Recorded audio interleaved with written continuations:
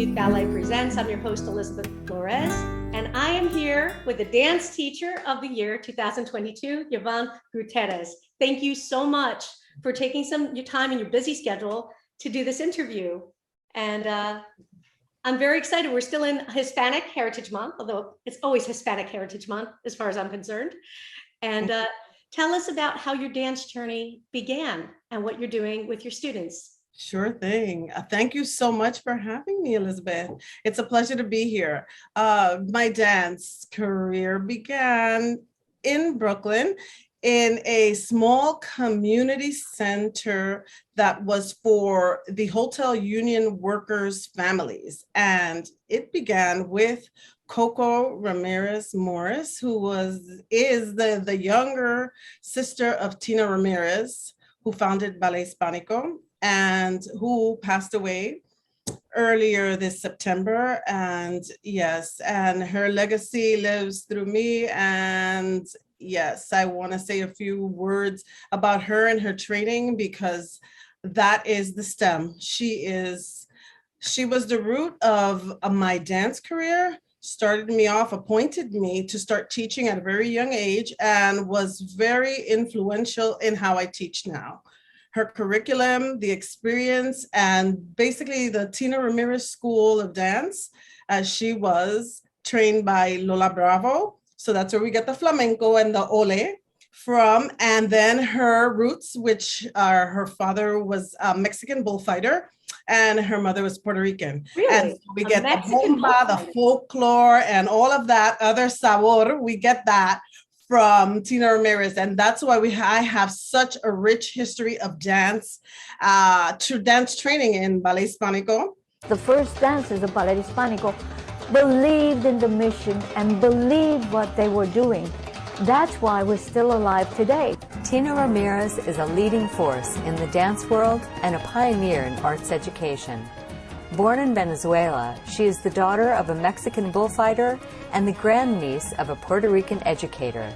That led me to be the teacher that I am today. I was there when you won the award. I was in the audience with my mother and my daughter, and my mother kept nudging me and saying, get her number. You got to interview her. Because you got on stage and you used your castanets to express yourself. And it was just like a natural extension of what you were saying. And what I felt this powerhouse of energy and a true love for dance, right? And let's face it, some days teaching is a blast, and some days it's hard, right? If you get challenging students or circumstances that are less than ideal. We don't all teach on a perfect marley floor, sometimes we're in a gymnasium with an echo. What keeps your energy? What keeps that life? Yes, thank you for that question. The energy, that's what I say. When we have a challenge, what I've learned in my years of training, challenge just makes you better. It just makes you a better teacher. How are you going to overcome that challenge? How do you change that challenge to make it positive? Okay, so we couldn't hear, there was an echo, we muffle. We look to see other things that are possible where you can, like when someone can't really use their feet today. So we're going to use braceos. We're going to do floreo. We're going to use the arms. We're really going to use the face. We're going to use these other elements that we really sometimes take for granted. So when you lose something, you can use something else, because there is always something that you use less. And so I believe when we have these challenges are just making us better artists, better teachers, better workers, better listeners. So I do believe that a challenge is there to keep you going. If you are a good teacher, you're going to find what that positive point is in whether it's with a child, a location, a space. Find the space. There's no room. There's not enough room. We all have to make room. We have to we have to use that to our benefit. So you're kind of like a chef on shop. You get the basket, you open it up, and you make something wonderful with what you have in front of you. Absolutely. Absolutely. I think that's what makes a difference. There's, we come in with so many things. And so sometimes you say, leave your problems at the door. But in fact, you can't really do that. If you really think about it, leave your problems. You have to learn how to work your problems within your. Well, it deepens you as an artist.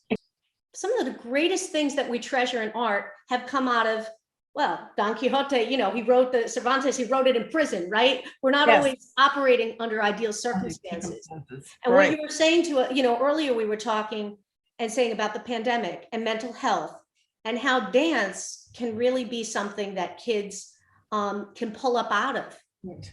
What's a story? I'm sure you have many, but just pick like a real moment that you've seen your work as a teacher make a difference in a child who, just like nobody got it. And then they came to your class and they felt like they were who they are supposed to be. I want to say that it's not only the child, it's any age. So I'm going to use somebody in a variable population, basically a senior. I was teaching a senior class outdoors this summer. It's hard to get in the Lower East Side. It's hard to get the seniors to come back down. After this pandemic, you need to get them out. You need to get them mobile right there where they live in their community, not walking a huge span, but at least to come down, engage with others and to move. And I had a salsa class and the seniors came down there few. We had chairs and some were standing and we're dancing and we're doing the movement. And there comes in elder man and he has a cane and he's just looking at everybody's dancing. And then, he's moving, he's hearing, the music. All of a sudden he's doing the dances, drops the cane, continues dancing. And he's the Casanova of the situation. And the women start dancing towards him. We're doing steps and we're moving arms. All of a sudden, he feels like, I think he was a couple of years younger and he falls. Doesn't get hurt. But still, even on the floor, he's still dancing and still engaged, which is something that, like we did this to try to get these seniors to come down and to activate. And this man who, he wasn't doing that. He came down and he is enjoying the moment. Everybody goes towards him, everybody helps him up and he's okay. And you know what he says? I'm good. I want to continue dancing. I want to continue moving because this is giving him life, So that is a moment for me as a teacher that I'm seeing somebody who basically was, really sad, coming downstairs and not really talking to anybody. But when he sees all the women were engaged and then dancing, and he must have been a real mover in his day. And it just brought him back, brought back memories. He was moving and we continued the class in chairs. Then it was movement from the chair. That's so cool. Was going. And did anybody tape that moment? That moment where afterwards I have a recording of the class when we were in the chairs. Yes, I do. I have somebody was walking by and they recorded that session.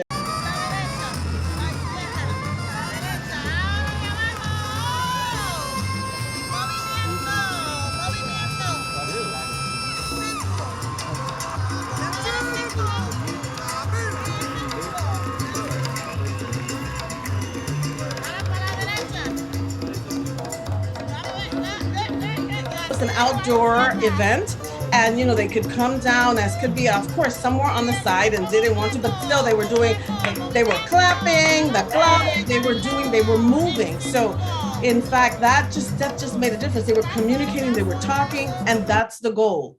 That was the goal, to bring them down and to show the community. And then there were other people that I know in the community, they were passing by and they were like, oh my goodness, she looks familiar. And that is, of course, it was me. And, and things developed that way. So this is a story just to say, people need people. Yes, we have cyber world, but you need some of the interfacing. That's right. Reality. And for people watching this, and I hope sometime people watching this have a few dollars to donate to the arts. It's important to sponsor programs like that because it's not easy being a dancer. You have to come with your sound system, your dancers, you set up, you have to make sure it's a safe environment. It's not easy doing those kinds of days. Right. But you never know what lives you touch and what exactly. And the seniors, that's an underserved age too, because there's a wealth of knowledge they have. Yes. And they shouldn't just be shut in an apartment. Right, exactly. So that surprises me. You mentioned that. So I was thinking you teach so many kids, but That's a great story to hear. That was definitely a highlight. And students, I have so many highlights when we're going to the younger student. If you think of a younger student and highlighting that is, when students come into class, when you teach in certain establishments, they don't actually tell you if a student has accessibility issues. I knew you were going to say that. I've had that so many times where I'll struggle for a few lessons and then I'll read something and think, well, why didn't you say that? Right. Yes. A lot of people don't disclose that. And sometimes it's quite obvious. And I do think that it is for the artist and the teacher that is teaching, it is, we're counselors. We are, we guide them. We nurture them. And so I think not to favor the student, but I think knowing a little bit more about the student can give the teacher more insight, and the teacher can be more helpful as opposed to finding it on her own. And you're there struggling, her or his own, and you're there struggling, trying to find a method. I've seen it. I've worked with so many that I can see it right away, and I can always turn it around. I think I can always turn it around, and I can teach my class so that the other students will, of course, you're the role model. So if you don't make a big deal about it, neither will the other students or your accompanist, because the accompanists sometimes are like, oh my goodness, they're off and I can't concentrate. But what you give back, I believe it's a big thing. So you're the leader. And if you teach like, it's okay, then everybody will do the same. So, for those teachers that are teaching not the ideal student, what you call in a class, when they put them in the classes with you and you're saying, really, why would they just, I know we need to be inclusive, but it would be good to include the teacher in the conversation. Yes. You think about the student. And so this is what I say is a challenge that I've seen many times. And I think about the student, and I can tell you by the end of the year, the student has risen to the occasion. And there is such a difference and such a relationship between you and the student that nobody would really understand. If you really can capture that student's attention, there is something between you and the student that changes the whole thing. The student doesn't have to get all the steps. You do the choreography. I'm good with choreography, so I can mask it in any which way. Even if the student goes the other way, it's still masked in a way. And the student feels good, the parents feel good, and you as a teacher feel that you've done the best that you could. Obviously, you're saying, oh, I want my class to be X, Y, and Z, and everyone on the same set, but that doesn't happen. That does not happen in today's world. No, that doesn't happen. And so I have my little script here. And just like we're saying, I want to know, do you teach teachers? Because you don't look afraid of any class. Like we were all sitting there, you're in a room, the artistic director of ABT, all these teachers, and you took command and you were completely confident. And that is something you don't always find, because the dynamics, well, let's face it, you go into a rough school. I mean, I went into a rough school and I had a couple of, they were second graders, but to be honest, they were bigger than me. They got into a fist fight, and I was supposed to teach a ballet class, and we were like entendus, and you think, oh my gosh, how do you handle this? And now, we need to be more equipped as teachers to handle these circumstances.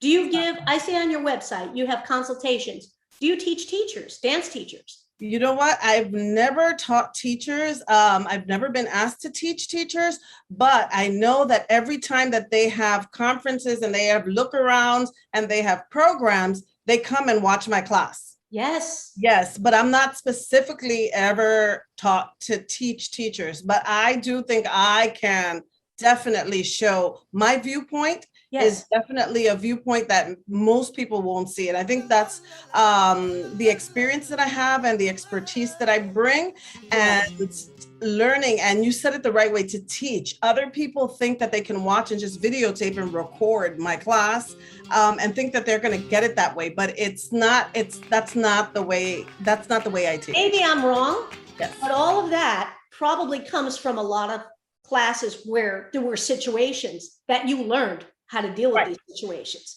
You know, they come from good days, and more learning comes from bad days, Thank you. Yes. right? Because exactly. that's what seasons you as a teacher.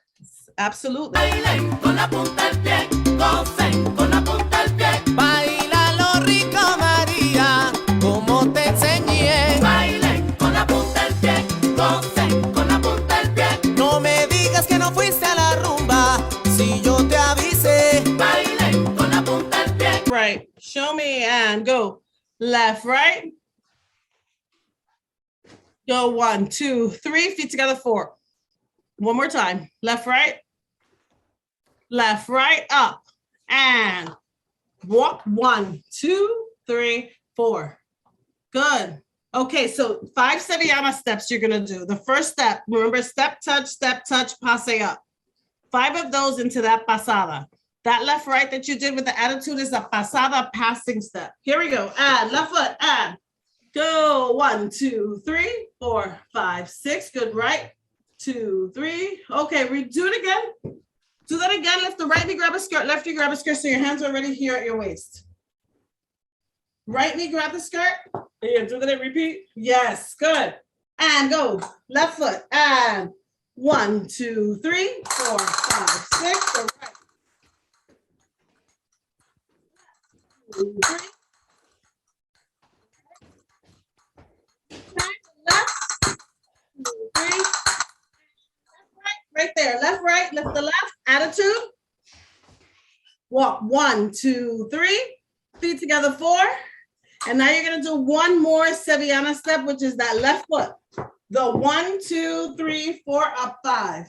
Yes, that step. And show me, and left foot, and 1, 2, 3, 4, 5, into the pas de bourrée ball.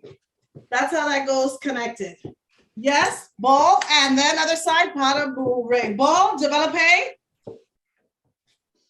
And arms. Repeat. That's it. Nice.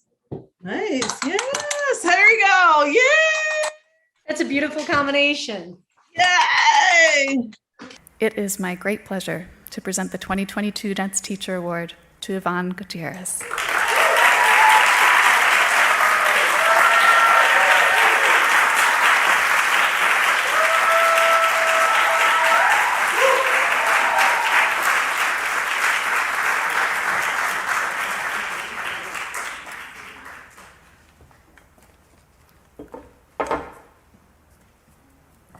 Thank you, Dance Teacher Award. Thank you to God, first of all. And I want to say a special thank you to my mom, who would have been here with us, but she passed. She transcended 9 months ago. So I know she's here with us. She is my guide, and she's always been my guide. And I want to thank my family for being here and being such a support. They've always been supportive. Without them, I wouldn't be here. And I want to say a little. Okay. Eso to you, okay? Gracias. Thank you very much. I believe life is a dance. Whether you're a dancer or not, life is about dance. Dance to me is about connections, connecting.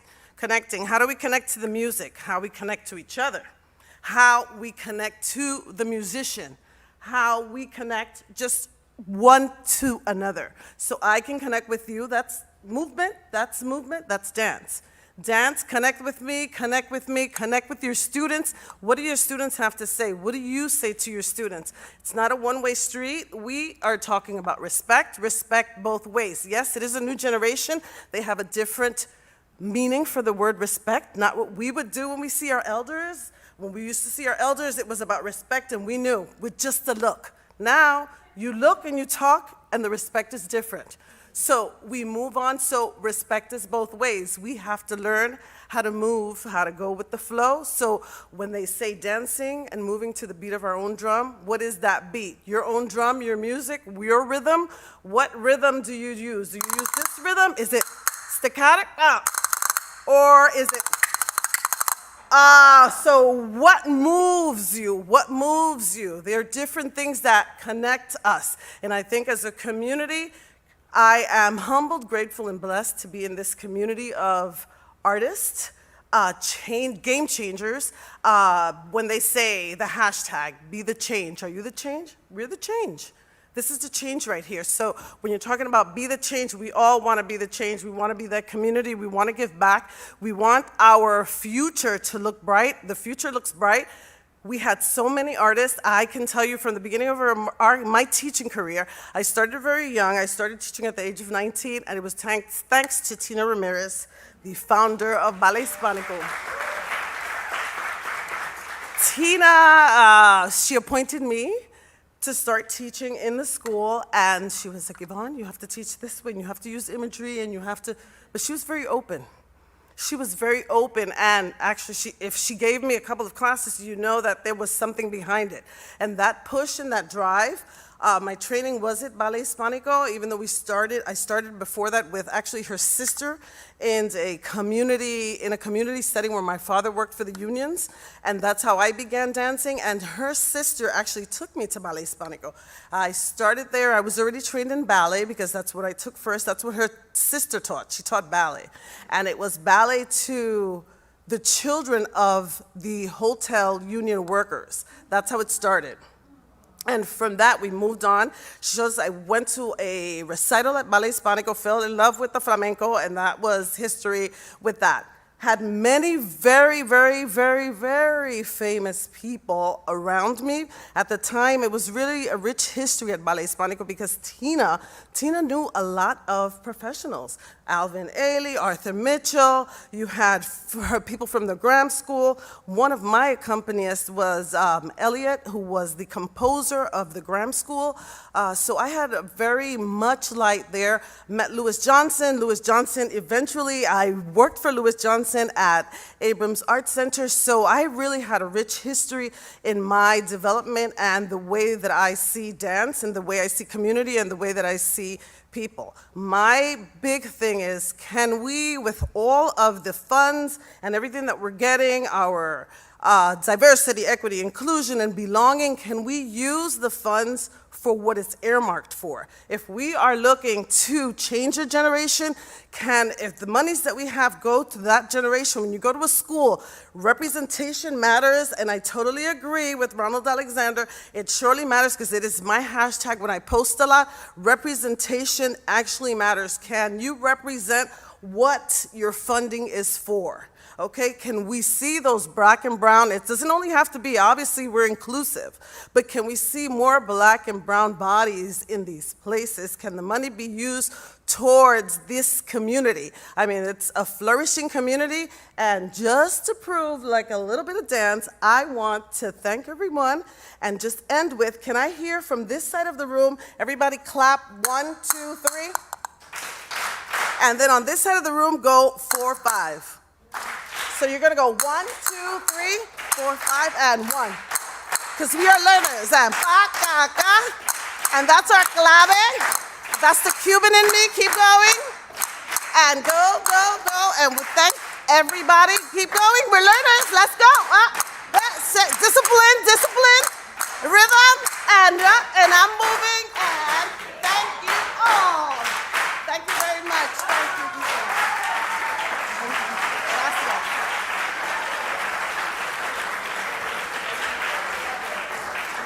Well, we are so appreciative. How do you close your class? How do I close my glass? How do I close my glass? Can we do can we do that on? Can we go, we're doing one clap, 1, 2. Camila, you do it too. 1, 2, and then on your legs, 3, 4, and then up 5. And we're gonna say ole. Ole. Yes? Okay, so that's how we're gonna close it. So we're going, I go 1, 2, 3, 4, 1, 2, 3, 4. Then we go 1, 2, 3, 4, ole. Okay. Yes? Gotta keep up with you. Okay. Here we go, and it's flip. 1, 2, 3, 4, ole. All right. Yeah. Yay. Thank you so much. Thank you. You have a wonderful night, and we'll Have let a you know good night. Thank you All so right. much. Thank you. Thank Good you. night. Bye. Good night. Thank you.